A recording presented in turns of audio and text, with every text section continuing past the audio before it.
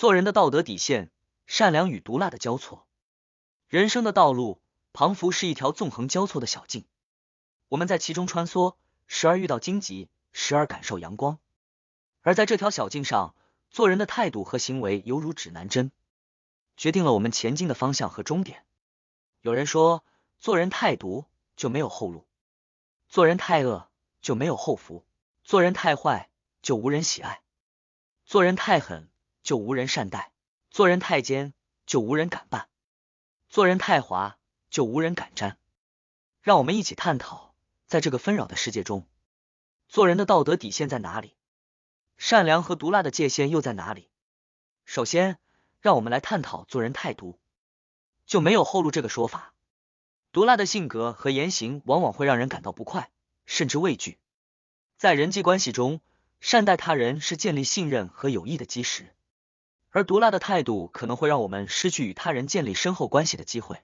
在职场上，过于毒辣的行为可能引起同事间的敌对，最终将自己推向孤立的境地。因此，适度的温和和善良是在人际交往中维持和谐的必要条件。其次，我们来谈谈做人太恶就没有后福这句话。恶意的行为通常都是出于对他人的伤害，或是出于个人私利。长期以来，我们可以看到许多成功人士都秉持着正直和善良的价值观，这种价值观也为他们带来了事业上的成功和生活上的幸福。相反，那些以恶行取得一时成功的人，最终可能会因为他们的行为付出沉痛的代价。因此，善良和正直的品格是获得后福的先决条件。再者，做人太坏就无人喜爱这种说法也在人际关系中得到了印证。一个人的性格和待人处事方式会直接影响他是否能赢得他人的喜爱。善良、真诚和乐观的人往往更容易受到他人的欢迎，而坏人所散发的负面能量则会让人敬而远之。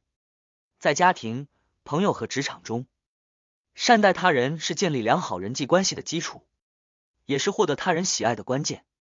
此外，做人太狠就无人善待这句话提醒我们，在面对挑战和困境时，选择一种柔和的方式可能会收获更多的支持。过于强硬和狠辣的态度可能会引起他人的反感，使自己处于孤立的境地。相反，一个富有同情心和理解力的人更容易获得他人的支持和帮助。在人际互动中，善待他人也是善待自己的一种方式，因为当我们需要帮助时，那些我们曾经善待的人可能会伸出援手。再者，做人太奸就无人敢办，这种说法表明，处事手段过于狡诈和奸诈的人可能会失去身边的伙伴。在团队合作和伙伴关系中，诚实和透明是建立信任的基石。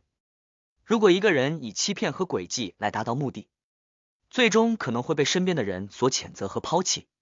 因此，在人际关系中保持真诚和正直是维护长远友谊的必要条件。最后，做人太滑就无人敢沾这种说法意味着过于圆滑和没有原则的人可能会让身边的人难以信任。在人际交往中，一个拥有明确立场和原则的人更容易赢得他人的尊重。相反，过于圆滑的人可能会被视为不可靠和靠不住。因此，在人际交往中保持真实和坚定的原则是建立稳固关系的前提。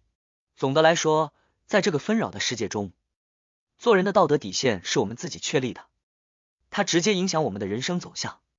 善良、真诚和正直是建立稳固人际关系和成功的基石，而毒辣、恶意和奸诈则可能让我们失去更多机会和幸福。在追求个人目标的同时，我们也应该反思自己的行为，并努力成为一个受人喜爱、值得信赖的人。这样，我们才能在人生的旅程中走得更远，走得更轻松。